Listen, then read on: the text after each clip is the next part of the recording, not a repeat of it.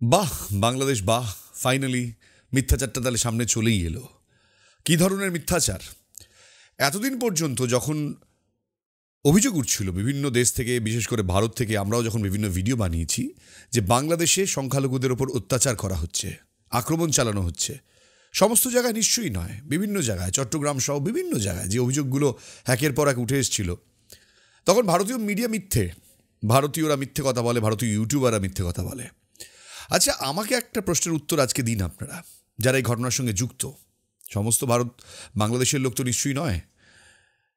এই যে আজকে অভিযোগটা উঠে আসছে, যাকে আপনারা গ্রেফতার করেছেন, চিন্ময় কৃষ্ণ দাস, বাংলাদেশের সমস্ত সনাতনী দ্বারা একসঙ্গে জাগরণ জোট তৈরি করেছে। এই মানুষটি তো বাংলাদেশি, ইনি তো ভারতীয় নন, ইনি তো বাংলাদেশি সংখ্যালঘু সম্প্রদায়ের মানুষ। তিনি ইসকনের সদস্য। এই মুহূর্তে তারা নিপীড়িত হয়ে পরিস্থিতির সম্মুখীন হয়েছে, যেভাবে তাদের উপর অত্যাচার, তাদের উপর যেভাবে এই নতুন সরকার গঠনের পর পরিস্থিতি তাদের বিরুদ্ধে গিয়েছে, তারা একসঙ্গে একটা জাগরণ জোট তৈরি করেছে।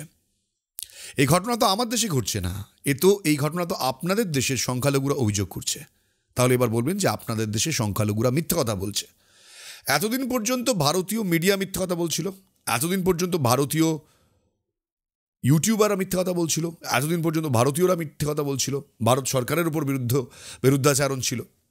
আজকে যখন বাংলাদেশের সংখ্যালঘু সম্প্রদায় তারা পথে নামলো, তারা আন্দোলনের জন্য মিছিলের ডাক দিল, তাদেরকে ধরে ধরে মারধর করা হলো, তাদেরকে গ্রেফতার করা হলো, তাদের জামিন অযোগ্য মামলায় তাদেরকে গ্রেফতার করা হয়েছে।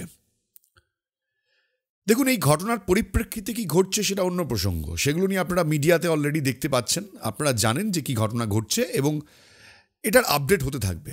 কিন্তু আই এম বোসের আজকের ভিডিওর মধ্যে দিয়ে আপনাদের এটা বলবো যে বাহ, অসাধারণ অসাধারণ। যারা বাংলাদেশের সেই সকল মানুষজন যারা বলেন যে বাংলাদেশ ধর্মনিরপেক্ষতায় বিশ্বাস করে, যারা বাংলাদেশে বলেন যে শুধুমাত্র হিন্দুরা নন, বাংলাদেশের খ্রিশ্চান এবং অন্যান্য জাতির যেসব মানুষরা রয়েছেন ধর্মের, তাদের এদেশে থাকার অধিকার রয়েছে, তাদের এদেশে সুষ্ঠুভাবে বাঁচার অধিকার রয়েছে। ওই আক্রমণ যাদের উপর হচ্ছে তারা শুধুমাত্র ওই আওয়ামী লীগকে যারা সমর্থন করতেন, মানে সে হিন্দু হোক আর মুসলমান, এটাই তো আপনাদের বক্তব্য ছিল। তাহলে আজকে যখন এই বাংলাদেশের সম্মিলিত সনাতনী জাগরণী মঞ্চের মানে জোটের পক্ষ থেকে যখন বক্তব্য রাখলেন তার যে মুখপাত্র চিন্ময় কৃষ্ণ দাস, তাহলে তাকে গ্রেফতার করা হলো কেন? যে অধিকার, যে দাবিতে বাংলাদেশে আন্দোলন হলো, যে অধিকার, যে দাবিতে বাংলাদেশে মানে বিশেষ করে কী ছিল, গণতন্ত্র নেই, বাক স্বাধীনতা নেই, এটাই তো দাবি ছিল আজ থেকে কয়েক মাস আগেও, 5ই অগস্টের আগে পর্যন্ত। তাহলে আজকে বাক স্বাধীনতা, আজকে যদি কেউ তার ডেমোক্রেসির জন্য দাবি করে, তাহলে তাকে গ্রেফতার করা হচ্ছে জামিন অযোগ্য মামলায়। কারণ তার অপরাধ কি? সে হিন্দু, সে সংখ্যালঘু। দেখুন, সবচেয়ে বড় পরিচয় আবারও বলছি যে সে কিন্তু সংখ্যালঘু, সে হিন্দু, কিন্তু সে ভারতীয় নয়। আপনার দেশই বলে, আপনার দেশের নাগরিকরাই বলেন যে এই দেশে সমস্ত ধর্মের মানুষ একসঙ্গে বসবাস করতে পারে, তাহলে এই গ্রেফতারি কেন? আমি আজকে একটা ভিডিও দেখছিলাম যেখানে রংপুরে উনি বক্তব্য রাখছিলেন।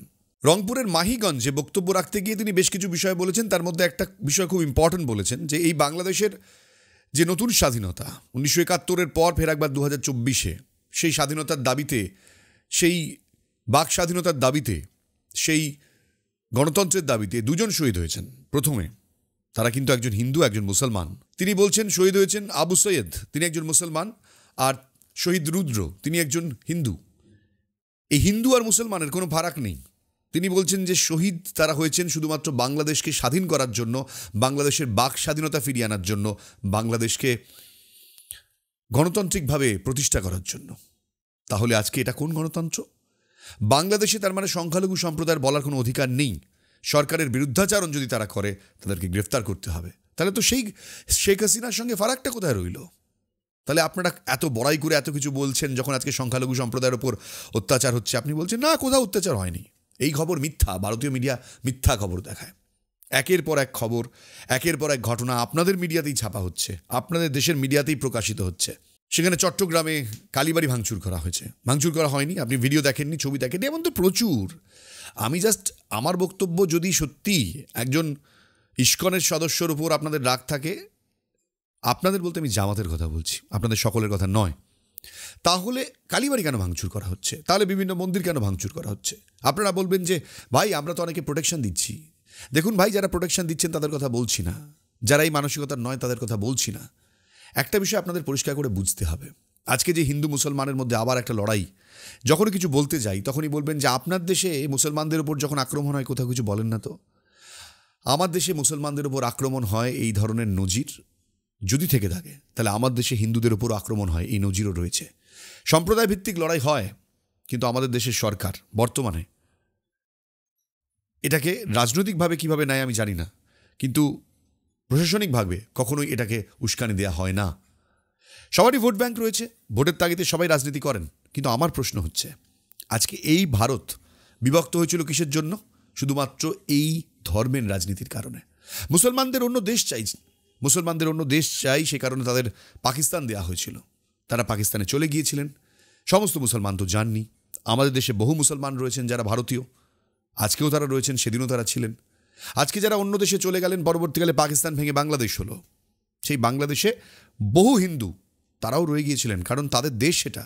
তারা সেখান থেকে এই দেশে আসার প্রয়োজন বোধ করেননি। কিন্তু আমাকে একটা প্রশ্নের উত্তরে বলুন, যেদিন বাংলাদেশ বা ভারত স্বাধীন হওয়ার পর বিভাজন হয়েছিল, সেদিনের পর থেকে বাংলাদেশে কত শতাংশ মুসলমান আছে আর কত শতাংশ হিন্দু? কত শতাংশ হিন্দু সেদিন ছিল আর আজকে কত শতাংশ হিন্দু রয়েছে বাংলাদেশে? সেই পরিমাণটা কি, সেই সংখ্যাটা কি, অনুপাতটা কি, কেন কমে গেল? উত্তর দিতে পারবেন? আর ভারতের দিকে তাকান, ভারতের সংখ্যালঘু সম্প্রদায়ের যে সংখ্যাটা, শুধুমাত্র মুসলমান সংখ্যালঘু নয়, ভারতে প্রচুর সংখ্যালঘু রয়েছে। বিবিধের মাঝে দেখো মিলন মহান। আপনারা একটা হিন্দু খ্রিস্টানকে সামলাতে পারছেন না। আমাদের দেশে একের পর এক অন্যান্য ধর্মের মানুষজন রয়েছেন। আমাদের দেশে মুসলমানদের থেকেও সংখ্যালঘুরা রয়েছেন। আমাদের দেশে খ্রিস্টানরা অনেক বেশি সংখ্যালঘু, আমাদের দেশে শিখরা সংখ্যালঘু, আমাদের দেশে জৈনরা সংখ্যালঘু। মুসলিম সম্প্রদায় তো অনেক বেশি পরিমাণে রয়েছে, তাদের সংখ্যা দিনের দিন বাড়ছে। তাই ভারতে মুসলমানরা ভয়ে রয়েছেন, কথা একদম ভুলেও বলবেন না। বাংলাদেশে যারা শুভবুদ্ধি সম্পন্ন মানুষ, তাদের জন্য আমি আগেও ভিডিও বানিয়েছি, তাদের হয়ে বানিয়েছি, তাদের ফরে বানিয়েছি, তাদের জন্য বলেছি। দেখুন, আমি আজ থেকে বেশ কিছু বছর আগে যখন সাংবাদিকতা করতাম, তখন আমি বাংলাদেশের যে ডেপুটি হাই কমিশন কলকাতায় রয়েছে সেখানে গিয়েছি, বহুবার গিয়েছি। কখনো কোনো ক্ষণের জন্য, কোনো মুহূর্তের জন্য মনে হতো না যে এটা কোনো শত্রু রাষ্ট্র। কখনো মনে হয়নি এটা অন্য কোনো রাষ্ট্র। একই ভাষায় কথা বলি। তাদের সেখানে যখন গিয়েছি, অভ্যর্থনা পেয়েছি, ভালোবাসা পেয়েছি। খালেদা জিয়া তখন তিনি যখন সরকারে ছিলেন, তখনকার সরকারের কথা বলবো। পরবর্তীকালে শেখ হাসিনা আসার পর তো আরও বেশি। শেখ হাসিনার বিরুদ্ধে যাই অভিযোগ থাকুক না কেন, সেটা বাংলাদেশের বিষয়। কিন্তু আবারও বলি, আজকে যে সংখ্যালঘুর উপর অত্যাচার নেমে আসছে, শুধুমাত্র আপনারা যদি বলেন তারা হিন্দু, তাদের অপরাধ। কারণ তারা ভারতের কোনোদিন গিয়েছেন কিনা, ভারত থেকে ঘুরে এসছেন কিনা, এই ধরনের উক্তি আপনারা করেন। এটাই আপনাদের দেশেদের সংখ্যালঘুদের সম্মান। আপনাদের সংবাদ মাধ্যমে দেখলাম ইসকন নাকি একটি উগ্রবাদী সংগঠন। এর থেকে ব্যথার, এর থেকে দুঃখের আর কিছু থাকতে পারেন না। সরকারের চাটুকারিতা করতে করতে, নতুন সরকার তৈরি করার পর যেভাবে চাটুকারিতা করছেন, শেখ হাসিনাকে সরিয়েছেন, খুব ভালো কথা। কিন্তু তাই বলে ইসকনকে বলছেন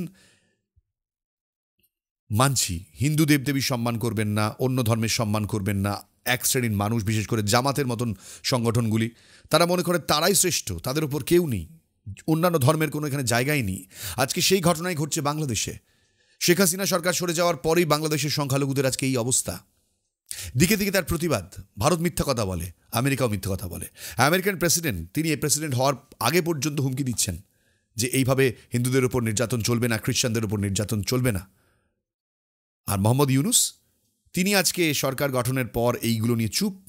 তারপরে দেখলাম যে যখন এই ধরনের একটি একের পর এক মিছিল তৈরি হলো, সমাবেশ তৈরি হলো, সেই সমাবেশে আমরা দেখতে পাচ্ছি সেখানে আক্রমণ চালানো হচ্ছে। সেই সমাবেশে আমরা দেখতে পাচ্ছি গাড়ি আটকে দেওয়া হচ্ছে। তার মানে আপনাদের দেশের সংখ্যালঘুদের তো সেখানে কোনো জায়গাই নেই, তাদের মিটিং মিছিল করারও কোনো রাইট নেই।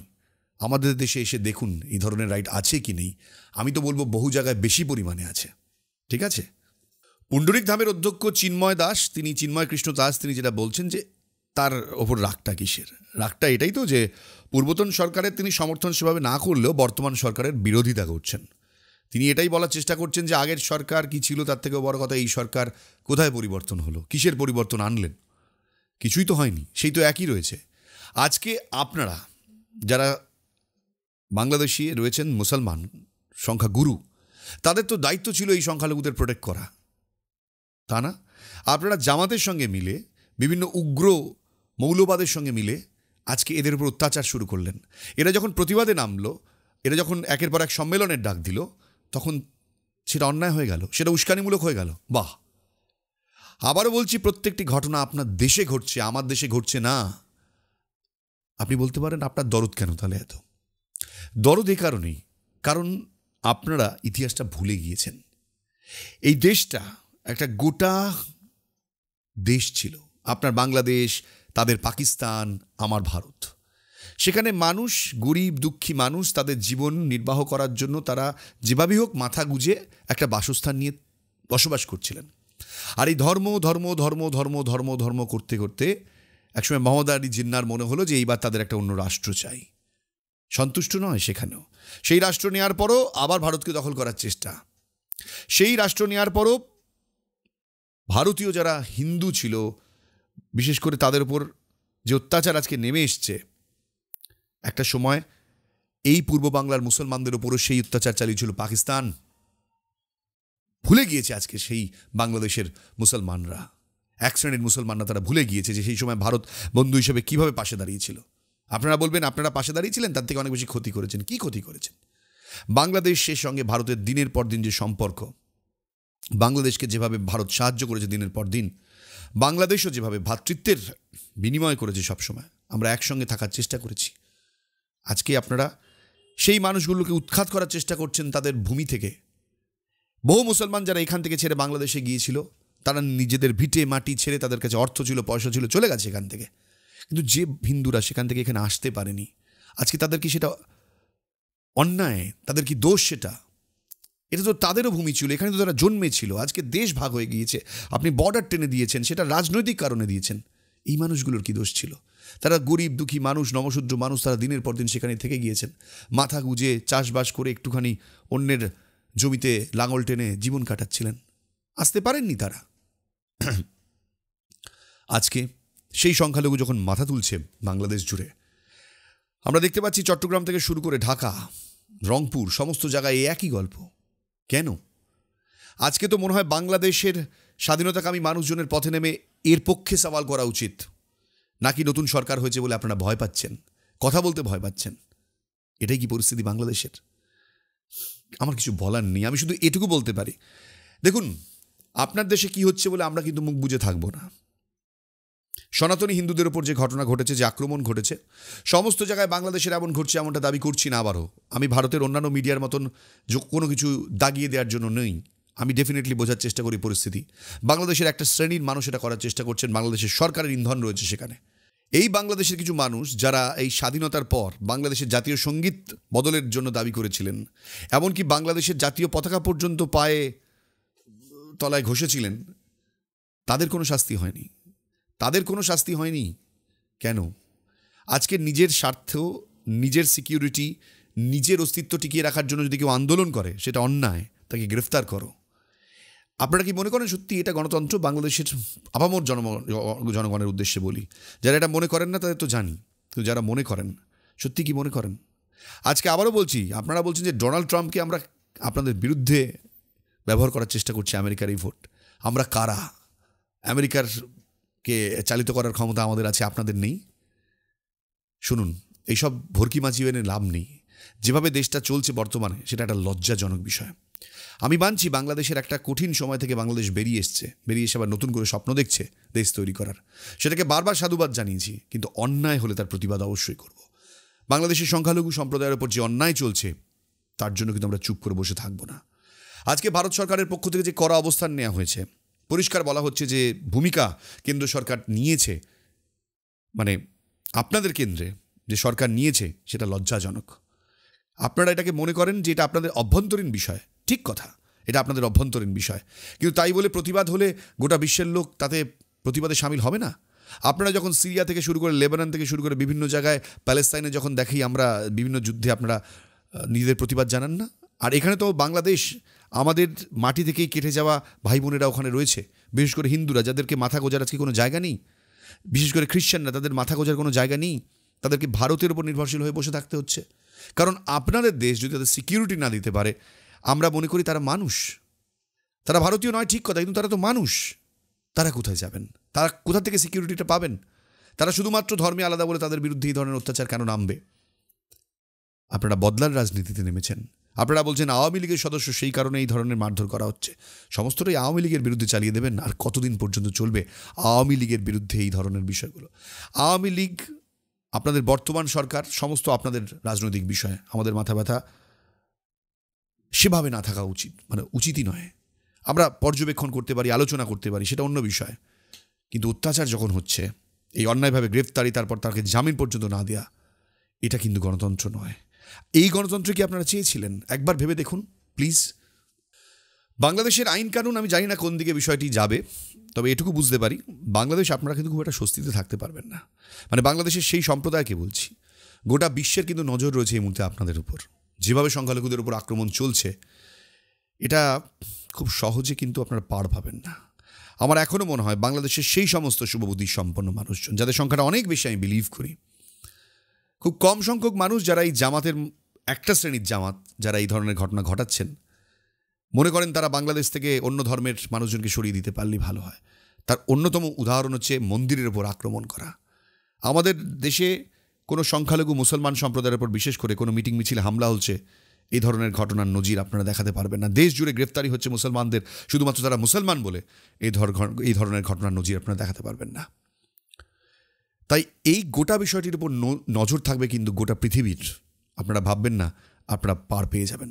আমার মনে হয় মোহাম্মদ ইউনুস, তিনি যে ভূমিকা নিয়েছেন সেটা খুব নক্কারজনক, লজ্জাজনক। তিনি মানুষ হয়ে, তিনি একজন নোবেলজয়ী হয়ে কিভাবে এত মানুষের ওপর অত্যাচারকে সইতে পারেন এবং সেটাকে বলেন অভ্যন্তরীণ বিষয়, সেটাকে দমন না করে, সেটাকে না আটকে আপনারা সেই সব মানুষকে ছাড় দিচ্ছেন যারা এই ধরনের অসভ্যতা, এই ধরনের বর্বরোচিত ঘটনা ঘটাচ্ছে।